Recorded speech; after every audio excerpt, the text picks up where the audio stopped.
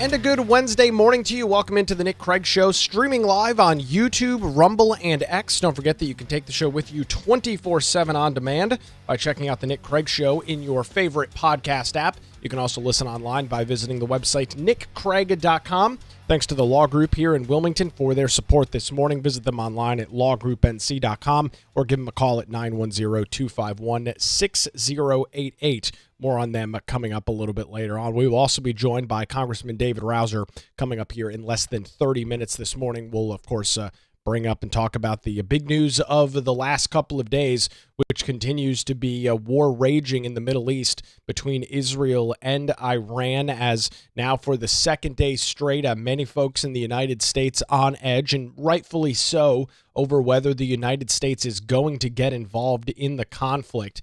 Yesterday morning, we looked at this Poly Markets, which is this very interesting website where you can go and look at a variety of it's essentially a prediction website, and it goes through and it looks at what are the various things that could or couldn't happen, and it lays them all out. And yesterday morning, as we were on the air, the question is, will the U.S. have military action against Iran before July? Yesterday, it was about a 50-50 shot when we were here on the air. At least that's what the Poly Markets were projecting. Now, as we look this morning, well, that number is significantly higher. Now a 64% chance, but that is way down from where it was last night. Or yesterday afternoon around 4 p.m., you had over 82% of the predictions coming into Poly Markets saying, yes, the United States will strike before July. You've got, a couple of weeks left before July 1st gets here. That number is now down a little bit this morning, down to 64%. But as this continues to go on, the question continues to be asked, and it remains to be answered as of this morning as to whether or not the United States will get formally involved. And I'll tell you what, President Trump is showing an incredible amount of discipline with this situation. You've got the Ayatollah in Iran. You've got Iranian diplomats that continue to try and poke the bear and seemingly are trying to bring and force the United States into this conflict. Getting a post out on social media earlier this morning from the supreme leader of the Ayatollah. This is the translated post, reads as follows: intelligent people who know and the nation and the history of Iran will never speak to this nation in threatening language, because the Iranian nation cannot be surrendered. And America should know that if any U.S. military intervention will cause irreparable damage. And so the question that I'm asking myself this morning is, what does Iran think the end game is here? I mean, they've already been warned that if they strike any sort of U.S. facility, if there is a single hair on a single U.S. service member stationed anywhere throughout the Middle East that is even moved due to this situation that's going on between Israel and Iran, that the consequences will be swift and they will be just. And there is nothing that I have heard, nothing that I have seen that indicates that it is anything otherwise. If Iran wants to step out of line, if Iran wants to get involved in this situation, then force the United States to get involved in this situation, it's not going to end well for them at all. And the president, I think, has shown an incredible amount of posture and reserve as it relates to this situation thus far. I mean, many forces are trying to dissuade him and force him into this conflict. And it's obviously one that continues to be rather controversial. Is there a significant risk of the Iranians, and specifically the Ayatollah, building up the technical capability to spin up centrifuges to the point where they are able to enrich uranium and load it onto some sort of ballistic missile and make a nuclear payload? Absolutely. The president has mentioned that for years. You've seen commentary on social media clips over the past couple of years where the president has been very clear about that stance. Absolutely. Is there a risk there? There sure is. Nobody's going to argue. I'm at least not going to argue that that's not a severe risk. And so the question is, how do you deal with this going forward? As we are coming on the air this morning, intense Israeli airstrikes targeting Iran's capital are continuing this morning as the president is demanding a, quote, unconditional surrender as the United States, according to military officials, continues to send warplanes to the Middle East, according to clips from Secretary of Defense Pete Hegseth. That is being done in nothing more than defensive posture, at least at this point. Trump did make a series of statements yesterday about the conflict, including warning the supreme leader of the Ayatollah that the United States knows where he is hiding, however, that there is no plans to kill him, quote, at least not for now. That was some of the commentary yesterday from President Donald Trump. His statements are continuing to, I think, lend itself to the uncertainty as it relates to the United States' role in the conflict as residents of Tehran flee their homes on the sixth day of Israel's air campaign aimed at Iran's military and nuclear programs. There's also some other reporting coming in this morning that Israel has been successful in targeting more of the nuclear facilities that currently exist in Iran, that they have been successful in doing that. The Iranian UN ambassador told reporters less than an hour ago that he sees the United States as being, quote, complicit in what Israel is doing.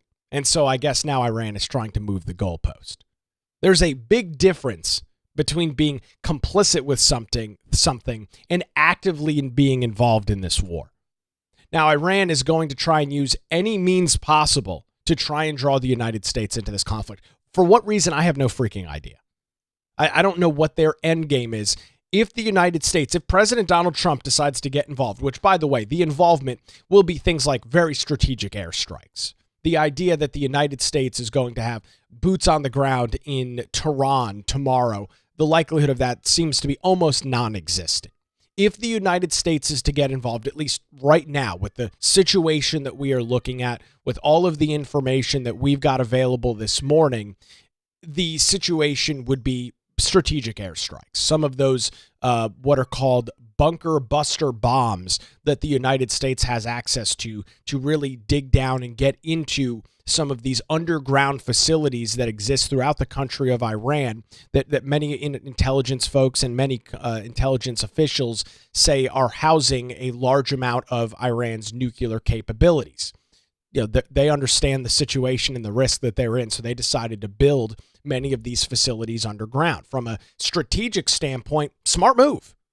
Obviously, I'm not siding with Iran or siding with the Ayatollah, but from a strategic standpoint, smart move to build these and bury these facilities essentially underground, making it significantly harder to attack them. You're not going to just get them with surface-to-air ballistic missiles. You're going to need some other sort of bomb or some other sort of equipment that has the ability to tunnel into the ground and then, of course, explode or cause some sort of blast. So that's what's being said this morning. I'm not really understanding the commentary from the Iranian UN ambassador saying that the United States is complicit in what Israel's doing. Does the United States know what's going on? I think that's been proven pretty clear and obvious by this point. Is the United States, specifically as President Donald Trump, trying to continue to work on this situation? I think the answer is unequivocally yes. I think if President Trump was not leading the directive, and again, all of this is happening behind closed doors. All of this is happening in private conversations between the president and the prime minister of Israel and Benjamin Netanyahu. The leader of the Ayatollah would already be dead. The supreme leader, you can guarantee Israel would have already killed him, right? They've taken out the rest of most of the rest of the top officials in Iran already. They are essentially waiting to take him out. And I think a large part of that is due to President Donald Trump's influence and his attempt to try and still, after all that has gone on over the last 5 or 6 days, the president is still advocating for peace. The president is still willing and able to negotiate. Now, he mentioned multiple times yesterday that his patience is wearing thin. Can't really fault the guy for that. I mean, he's been trying for the last 60 days to get Iran to come to their senses, to make a logical decision as it relates to the future of their country, and they're unwilling to do so. And so I believe that the line of communications are probably still open this morning, but I'm not sure they're going to be open much longer. This will probably only go on for another 12, 24, maybe 48 or so more hours before President Trump probably throws his hands up and says, you know what, I tried, I gave it my best, I did my damnedest with this whole situation. But the reality is Iran is unwilling, the supreme leader is unwilling to have a serious discussion about this at all, and probably will just turn Israel loose. I mean, that's probably the situation that unfolds. And of course, the question behind all of that is, does the United States get involved with strategic airstrikes? And you've got a pretty big split right now amongst the right, a pretty big split amongst the Trump base over this. You've got many folks that believe that the nuclear threat that Iran poses is serious enough that the United States does need to get involved, that the United States does need to step up with those strategic airstrikes and essentially put an end to the Iranian nuclear program, which from at least the commentary that I've seen, the kind of back and forth debate that I've watched over the last couple of days, all indications is that the United States absolutely has the ability, if they were to get involved, which I'm not advocating for, but if they were to get involved, has the ability to very quickly completely nullify the Iranian nuclear program as it exists right now. And so that's the stance, that's the argument that some folks on the right are taking. On the other side of the coin, as it relates to folks that are closely aligned with President Donald Trump, they say that no, this is not the place for the United States to get involved. This is not a conflict that necessitates it makes necessary U.S. intervention. This is not a situation that requires the United States to get involved in either directly or through some sort of weird proxy war in the Middle East. And I completely see and am capable at looking at both sides of that argument. Now, I stand pretty clear this morning that I'm hopeful that President Trump doesn't get involved.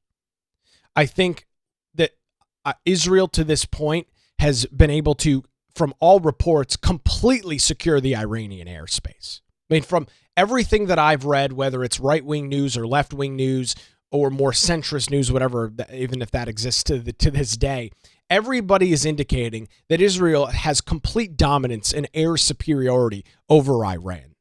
As of this morning, there's not been as of last night, there's not been a single Iranian fighter jet that has been even shot at or damaged by Iran. But air dominance is being secured this morning by the Israelis. So I believe that there's still a lot more that they're capable of doing before the United States gets involved. A major explosion was heard around 5 a.m. local time here in the United States in Tehran Wednesday morning, following other explosions that boomed earlier in the pre-dawn hours.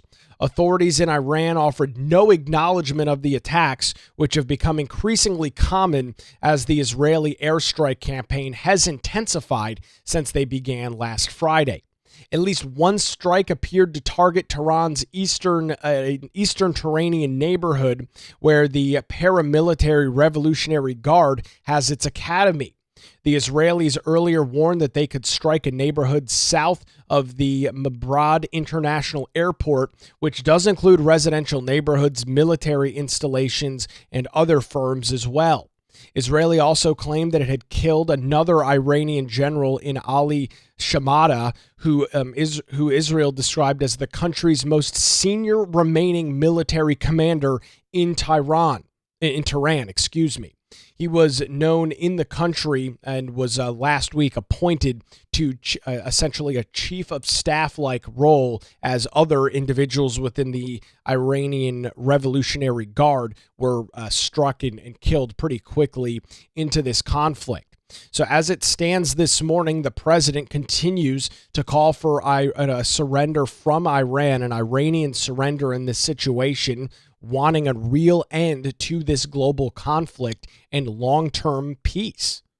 And from everything that I've heard from the president publicly, he believes that is possible, but only possible if the Iranian government is willing to give up their nuclear program.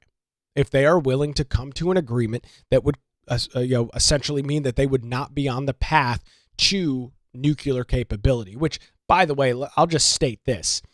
For the last 30 years, there has been discussions and talks about how close the Iranian government is to actually enriching uranium to the point where it can be used in a nuclear weapon. I saw a very interesting chart on social media yesterday that quoted New York Times articles from the mid-1990s talking about how at the point Iran was only 3 to 5 years away from a nuclear capability. That was in 1995. Then as you headed into the early 2000s, it's always essentially been, 1 to 2 years, their program could be a global threat. And, there is definitely some significant questions about how close to this program are they.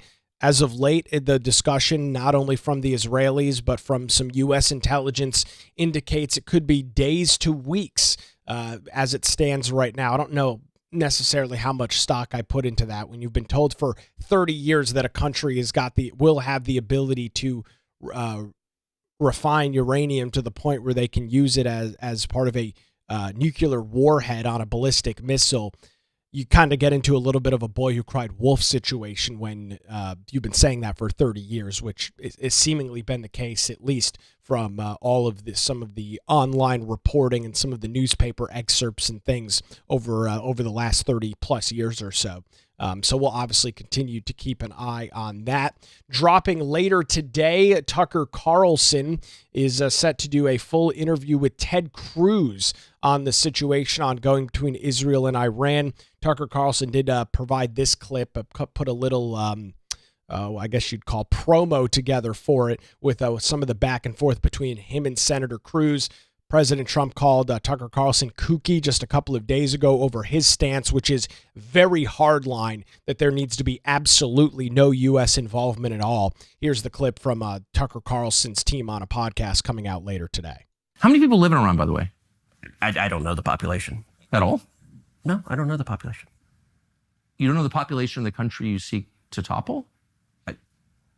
How many people live in Iran? 92 million. Okay. Yeah, How could you not know that? I don't sit around memorizing population tables. Well, it's kind of relevant because you're calling for the overthrow of the government. Why is it relevant whether it's 90 million or 80 million or 100 million? Why is that relevant? Because if you don't know anything about the country... I didn't say I don't know anything about Okay, what's the ethnic mix of Iran?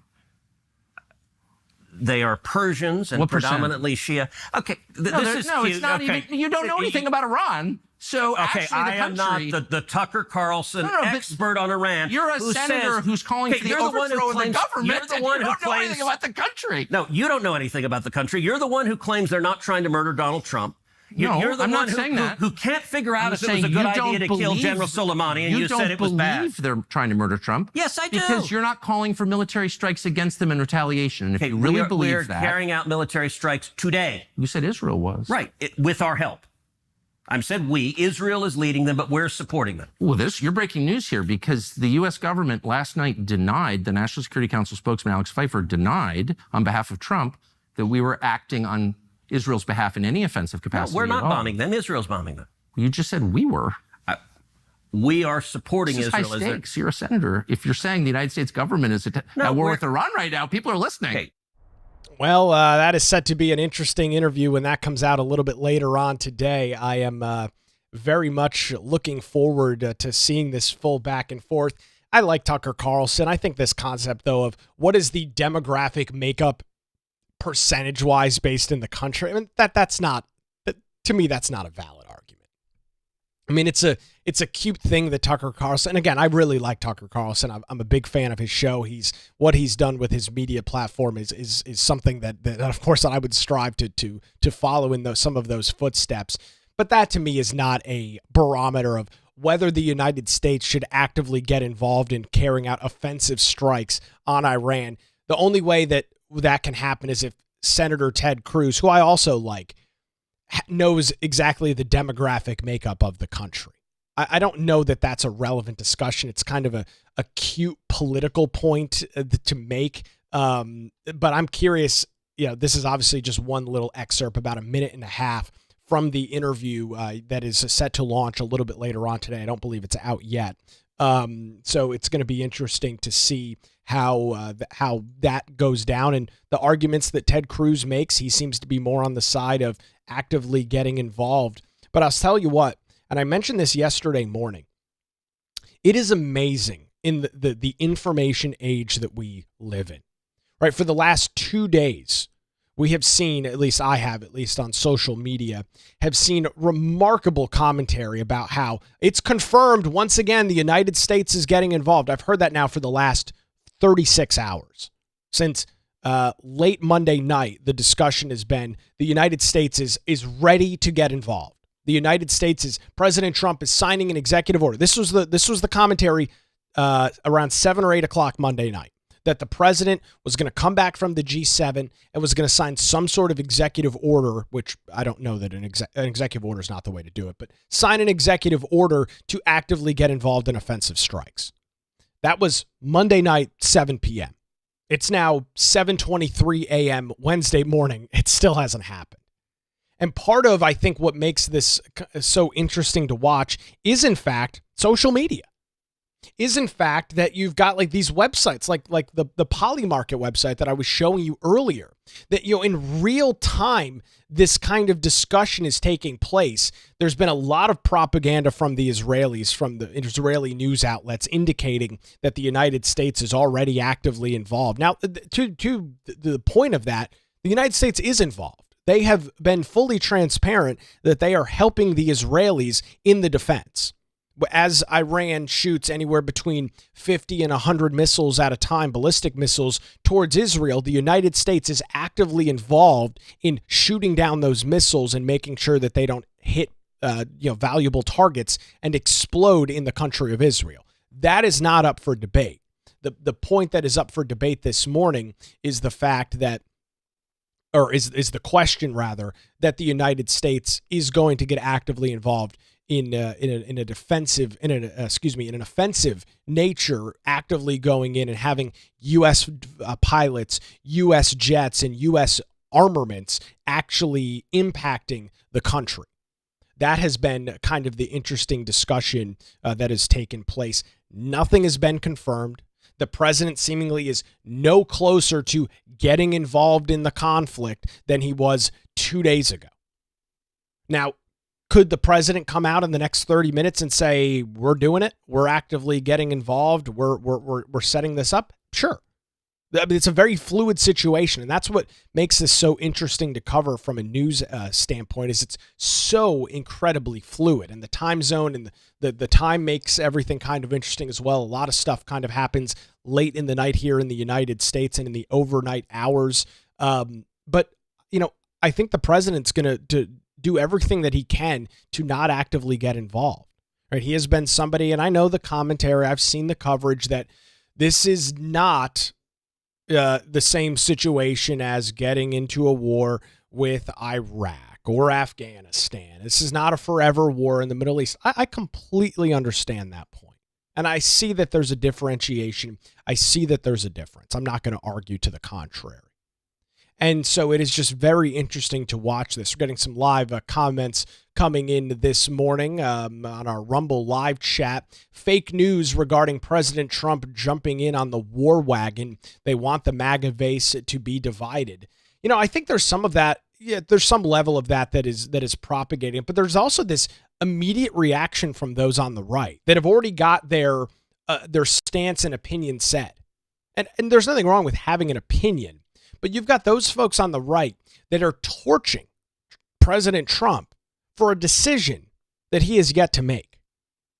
You've already got individuals. And again, there's nothing wrong with saying, I don't want the United States involved in the conflict between Israel and Iran. There's nothing wrong with saying that. But you've got people that have already made up their minds that Trump has done this. It's already happened.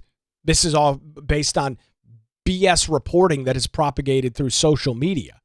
But you've already got individuals that have said Trump's already involved, or he's going to already be involved. I'm against that. So now I'm angry at President Trump. I'm angry about the situation that's unfolding. There's just no evidence to back it up. There's been plenty of speculation. There's been plenty of rumor. There's been plenty of what I'll call Israeli propaganda indicating that the United States is ready to get involved, but it hasn't happened. So it's okay to have your opinion. It's okay to be strong-lined one way or the other, but until a decision is actually made, it's very hard for me, or it should be hard for anybody else, to go out and torch President Trump or anybody else associated with the administration before a final decision has been made. I hope the president is he seems to be handling this, at least to this point in time, in a very strategic manner. He has noted again that his patients are running thin, and it's going to be an interesting situation to watch unfold, literally hour by hour here. We'll keep an eye on it right here on the Nick Craig Show. We'll talk to Congressman David Rouzer coming up here in just a few minutes. Before that, I want to tell you about the law group here in Wilmington. When legal challenges arise, make sure you put your trust in the law group. For over 20 years, since 2003, their experienced attorneys have provided high-quality, affordable legal services across Eastern North Carolina. Whether you're in a situation where you're facing a divorce, navigating real estate transactions, or maybe you need a strong criminal defense, the law group has your back. Their dedicated team ensures your questions are answered and issues are resolved promptly. Great news, they're located in downtown Wilmington and just a phone call away at 910-251-6088, or you can visit them online at lawgroupnc.com. Give them a call, 910-251-6088, or visit their website, lawgroupnc.com, where you can see all of the areas of law that they practice. You can meet the team, see the credentials, and they've got a really great blog as well over on the lawgroupnc.com website. The Law Group, experience and dedication you can rely on. We appreciate their continued support of the Nick Craig Show. Coming up on the other side, Congressman David Rouzer of the 7th Congressional District will talk about the ongoing conflict between Israel and Iran, plus some other news out of Capitol Hill and Congress as well. As the Nick Craig Show rolls on, streaming live this morning on YouTube, Rumble, and X, and 24/7, wherever you get your podcasts.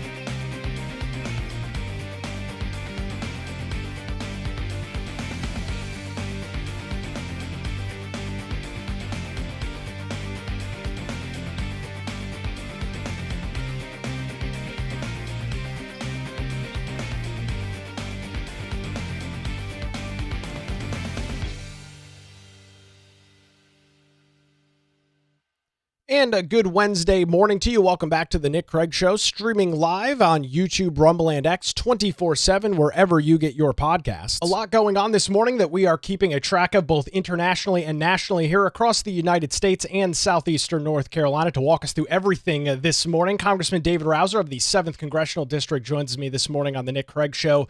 Congressman Rouzer, thanks for the time. I'd be remiss if I didn't start off with some discussion on what's going on internationally this morning. Israel, Iran have been battling over the last 5 days or so. Some questions about U.S. involvement. And one of the things I continue to hear from individuals like Secretary of State Pete Hegseth and others is the fact that the United States is leading through strength, which is something, as you talked about a lot, that the last administration didn't have. When you hear somebody like Pete Hegseth say that, what does that mean to you? Well, number one priority of any president is to address the safety and well-being of American citizens, whether that's here at home or whether that's abroad. And just because a threat may be well overseas, thousands and thousands of miles away, does not mean it won't have repercussion here in this country. So your first responsibility is to defend the country and take care of the American citizens. Israel, after all, is our closest ally. We have a lot of thousands and thousands of Americans that are in Israel. Very, very close ties with Israel that our countries have had for a long, long time. And folks need to remember, Iran's very clear. The Ayatollah's, made no mistake about it. He refers to Israel as the little Satan and America as the great Satan. So for those who may think that this is a war just simply between Israel and Iran, keep in mind Iran is the number one state sponsor of terrorism. They are the reason why the Middle East is a tinderbox, and they're our enemy too. Israel goes down, the Middle East goes up in flames. America is next. So let's don't be fooled about that. The whole situation is pretty unfortunate. When Trump went out of office and Joe Biden came in, a lot of reports indicated that Iran was essentially broke. Trump had cut off a lot of their cash flow streams, which strangled many of their proxy groups throughout Lebanon and Syria, that it seems like the cash started flowing back in over the last 4 years, and here we are this morning. Well, that's exactly right. And, some administrations, including the previous administration, for whatever reason, just don't believe, never have been able to get it in their minds that this regime was intent on nuclear weapons, and they are. And not only are they intent on nuclear weaponry, developing it, they're intent on using it against Israel and us. They're very clear about that. And so, any policy opposite of addressing that directly really is a failed policy, and that's what we saw in the first Trump administration. You're absolutely correct. Mike Pompeo engineered the maximum pressure campaign, and that campaign dried up their revenue to produce the uranium and missile delivery system that they need. Then the Biden presidency comes in, gets sworn in, and the first thing that they do is the exact opposite. They open back up those spigots of money for them. And what do? Nothing geared towards peace. Everything geared towards annihilation of Israel, and not only annihilation of Israel, but I have to stress again, if Israel were to be blown off the face of the map, we're next. Yeah, obviously it's a developing situation. We'll keep an eye on those details. It's kind of an interesting tie. It's got some international elements of it as well. And here locally in southeastern North Carolina, of course, the district that you represent, the Port of Wilmington has really been booming over the last 15 or 20 years. You brokered some legislation in Congress and introduced it. It's called the Port Supply Chain Security Act. I would imagine that there's a lot of relevance with the port here in Wilmington. What exactly does that mean for our audience this morning? Well, the first thing to understand is, China makes the vast majority, like 95% of these cranes that are used at ports. They're Chinese made and they're operated with Chinese software. So the Chinese have the capability through that equipment, through that software, to determine what products are coming in, when they're coming in, how they're coming in. And of course, from a supply chain standpoint, all folks have to do is just go back to go back to the days of COVID when our supply chain was quite disjointed. Products were halted on the high seas. You couldn't move product from point A to point B in any kind of timely, efficient, and effective manner. And you saw a run up of prices. And of course, the one thing worse than a run up of prices is no product whatsoever. A lot of shelves were bare. And so anyhow, that's what this legislation is aimed at addressing, replacing these cranes, replacing the software utilized to operate the cranes so that the Chinese don't have that kind of covert advantage. Can you talk about the importance of the Port of Wilmington? You know, you look at your congressional district and you look at some of the impacts and the elements, then it's obvious that for the most part, Wilmington is one of the larger drivers in your 7th congressional district. Is the port vitally important for continued growth that we're not only seeing in Wilmington, but some of our neighbors, Brunswick and Pender County as well? Well, absolutely. And, business at the port has really taken off over the last 10 years. They've had, I think, a significantly good leadership over the years, the last 10 years in particular. And you really see that. It really is driving growth in the area. And the Port of Wilmington, they have cranes. I think all of their container cranes are Chinese made. And so going back to the piece of legislation, they're Chinese made and they're there because that's what was available to the port. We've got a lot of strides that need to be made in order to convert these cranes out. And the particular bill we were talking about a second ago, that addresses that. It provides them another funding source to tap into to replace those cranes that are Chinese made and utilizing the Chinese software.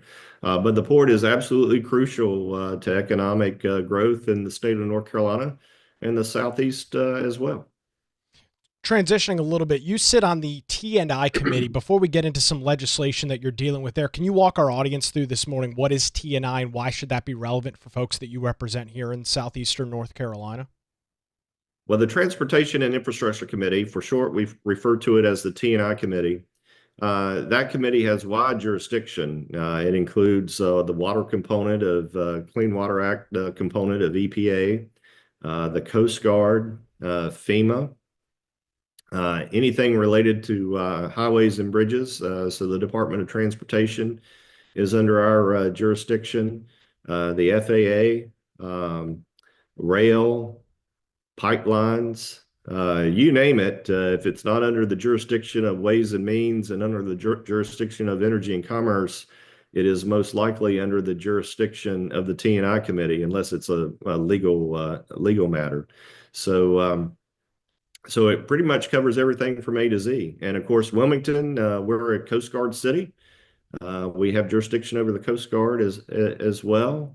In fact, with the big, beautiful bill, we invested another $16 billion, the biggest plus up the Coast Guard's ever seen, certainly in recent times, to address port security, to address our security on the high seas. And of course, they come to the rescue of many a swimmer and others who find themselves stranded off of our coast and in our waters. And of course, that's incredibly relevant this time of year as so many folks are kicking back on the weekends and heading out to either the parts of the Cape Fear River or the Atlantic Ocean as a whole. You've got this highway bill that's in Congress right now. Talk about some of the relevance in there.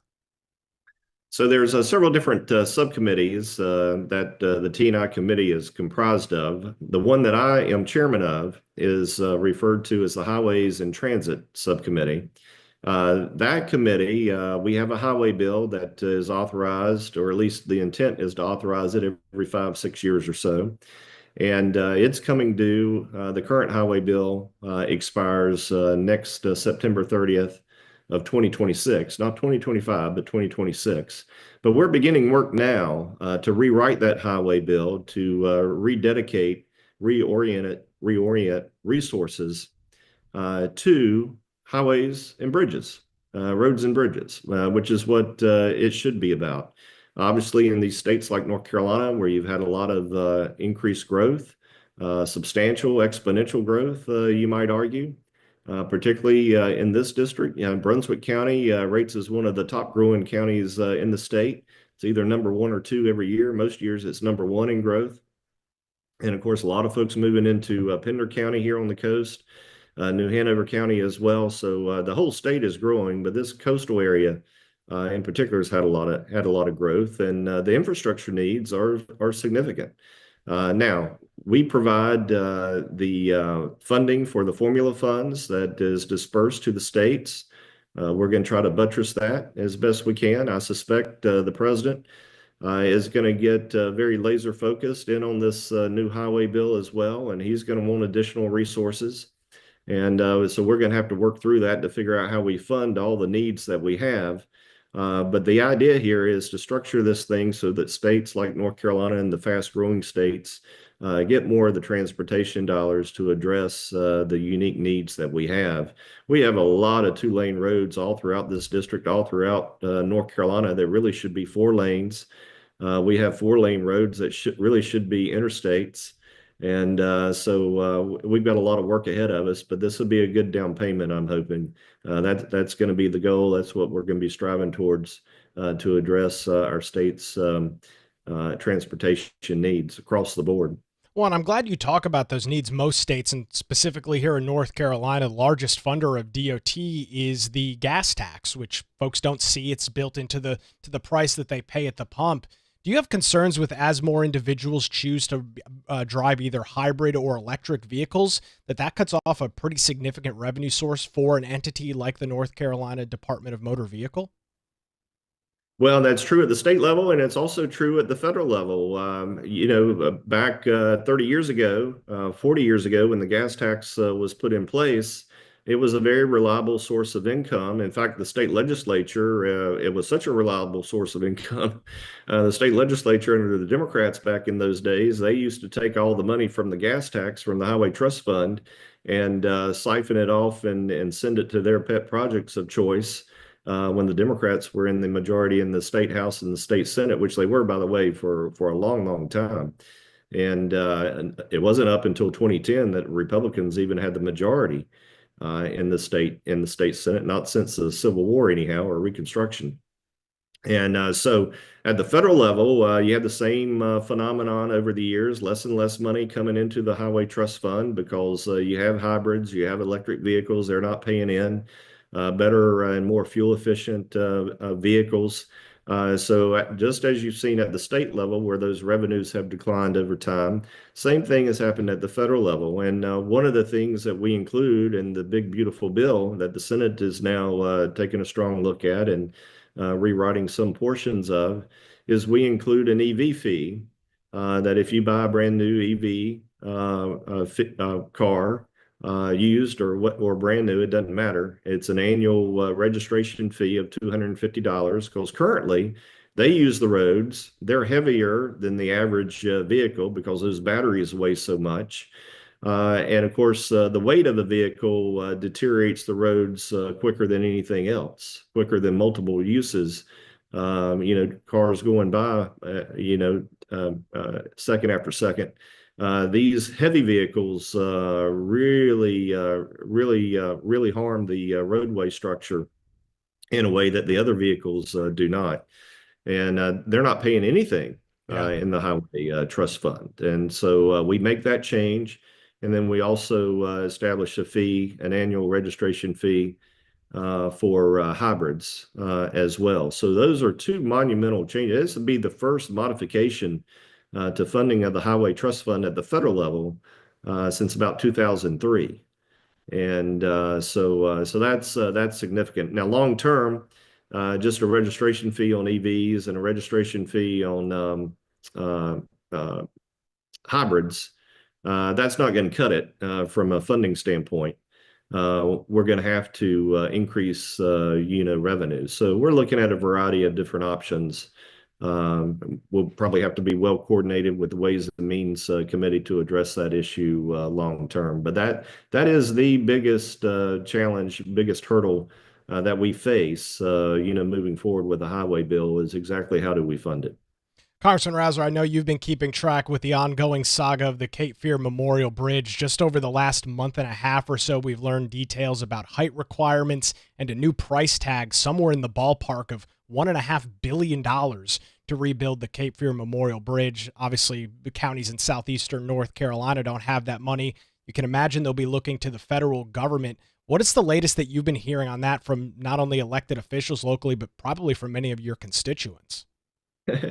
Well, every time I hear somebody talk about it, the price tag goes up. So, number one, we've kind of got to get our arms around exactly what this thing is going to cost, because I hear a whole range of figures depending upon who's talking about it. But the grant that was pre-approved, so to speak, that's going to be good. Grants take a while to work their way through to the local community.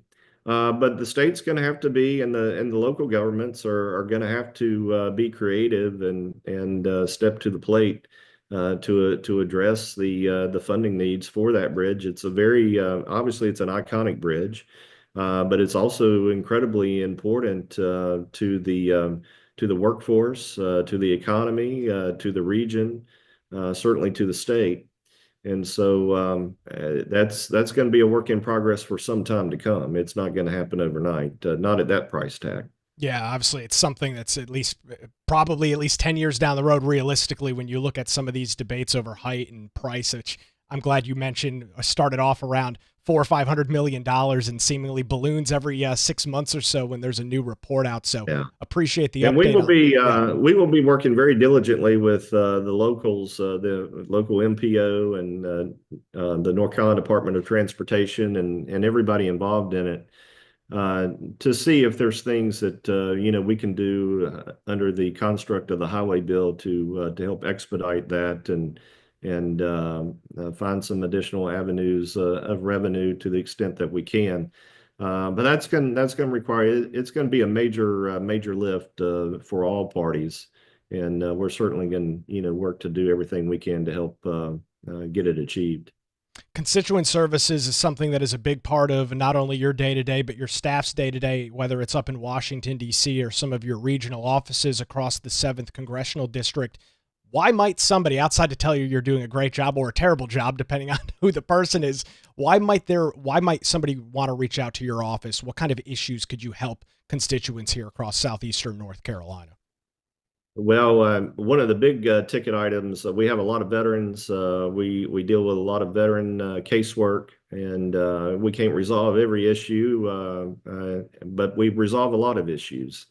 And then passports, that probably still ranks number one. The number of individuals that I hear from on a weekly basis who find that they have a passport that is about to expire or has already expired. We can certainly help expedite renewal of those. And so that's probably one of the most common constituent requests we get. But we have income tax issues, where folks have expected a refund, didn't get a refund, or the IRS just completely botched their return, where we go in and work with the taxpayer advocate to address those concerns of specific constituents. And so we've been able to do a lot for a lot of people all around the area, including those not in the district, in fact. Tell folks where they can get some of those additional details on how to reach out to you. And you also have a newsletter that you send out on a pretty frequent basis as well. Where's some of that information available? That's right. The best place to go is to the website. That's kind of the mainframe for all things related to official duties of the office and services that we can provide, which is rouzer.house.gov. It's real simple, just Rouzer, ROUZER.house.gov. And you can access the web portal there. And also sign up for the newsletter, which usually goes out about once a week, sometimes a little more than that, sometimes a little less than that. But we try to include good information in there that you might not find in the papers, and most of the time you don't find in the papers or any other news outlet. And I found that it's become widely popular. There are a lot of people that get that and forward it to many, many others, not just around the district and around the state, but around the country. I've been in other states where people have come up to me about my newsletter before, and I wonder, well, how in the world did you get the newsletter? They say, oh, my aunt lives in Hampstead, or any other portion of the district. I get a lot of those. Congressman Rouzer, thank you so much for the time this morning. Appreciate the update and look forward to chatting again soon. Well, great to be with you. Take care, Nick. That's Congressman David Rouzer joining us here this morning on the Nick Craig Show. A pretty wide sweeping interview and discussion, whether it's the situation ongoing between Israel and Iran. Of course, talking a lot about that over the last couple of days. The very interesting bill as it relates to dealing with port security, the Supply Chain Security Act, the idea, the notion that the cranes, those big sky cranes that you see if you're heading up and down the Cape Fear River over at the port of Wilmington, that those are 95+% produced exclusively in China, and how that puts the United States at risk. Some very interesting details there. Again, his website, rouzer.house.gov. His email list. You'll see it right when you log in on the website. There will be a pop-up that shows up to put in your email for the newsletter. Very informative, more inside baseball as to what's going on in Congress, and a great way to stay informed here across southeastern North Carolina with things and legislation that has an impact on your life and how we operate and do business here across southeastern North Carolina. Appreciate his time, appreciate his staff for getting that set up, and look forward to continuing the conversation with the Congressman long-term right here on the Nick Craig Show. Obviously, all eyes continue on the Middle East. We'll track those details throughout the day today. Want to thank the Law Group once again for their continued support. Visit them online at lawgroupnc.com or give them a call at 910-251-6088, or again, their website, lawgroupnc.com. That's going to do it for a Wednesday edition of the Nick Craig Show, streaming live on YouTube, Rumble, and X, and 24/7 wherever you get your podcasts. Have a great Wednesday. We'll be back with you tomorrow morning right here.